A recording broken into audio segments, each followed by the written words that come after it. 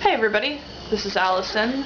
This is part one of a new series I'm doing. That's not to say that my old series on Harry Potter analysis books is over, but this is part of a new series, a short series I'm going to do on some of the stuff that I'm doing for a Harry Potter Easter celebration, as there's not a lot of stuff out there if you wanted to celebrate Easter Harry Potter style like I do. Alright, this is also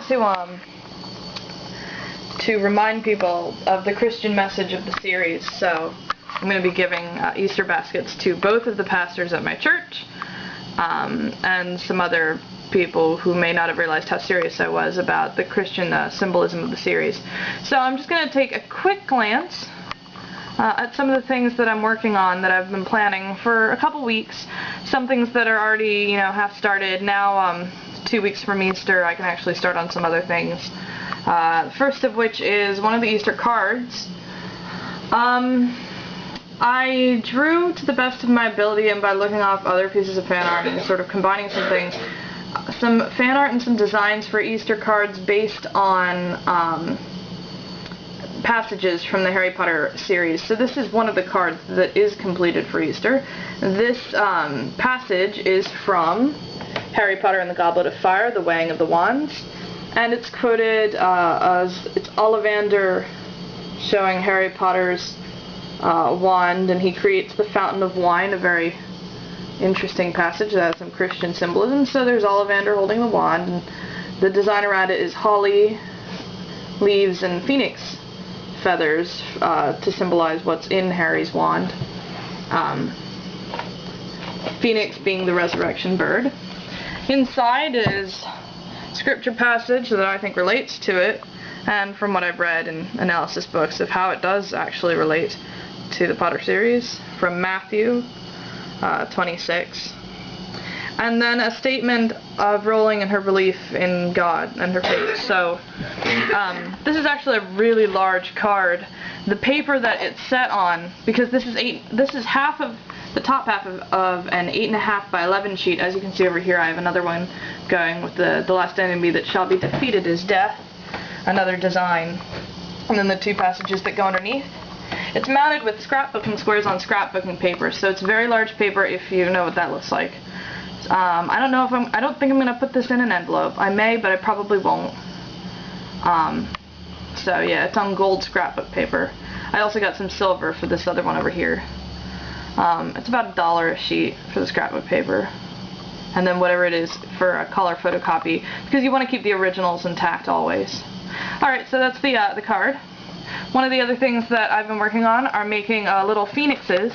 I saw this idea in a craft and cooking Easter book that my sister owns, in which you use poof balls for, she's laughing now, in which you make poof balls, little chicks to put in Easter baskets. And I said, hey, well, for Harry Potter, why don't we do phoenixes? Because the phoenix is the resurrection bird. It's a Christ symbol.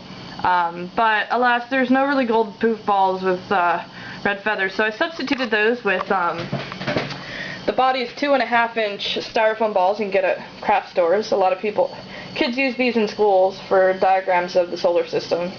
Yeah, well, they're being used for Harry Potter stuff now, so whatever.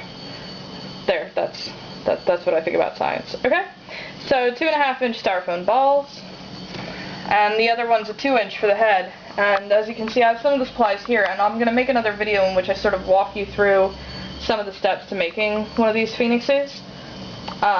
There's also feet, they're just not on these phoenixes. I bought the ring, so there's something to prop them on. The styrofoam balls are painted with gold acrylic paint. These are pretty simple to do, just takes time to dry. Foamtastic is used to use the gold foam board to make the beak and what's going to be the feet. And then it's very easy to stick orange and red craft feathers into these styrofoam balls to make the tail, the wings, and the phoenix plumes, as well as solid black eyes. They have animal eyes that you can just buy, and you put them in the balls. So that's going to be perching on these Easter baskets with the card. And food-wise, I'm going to be making some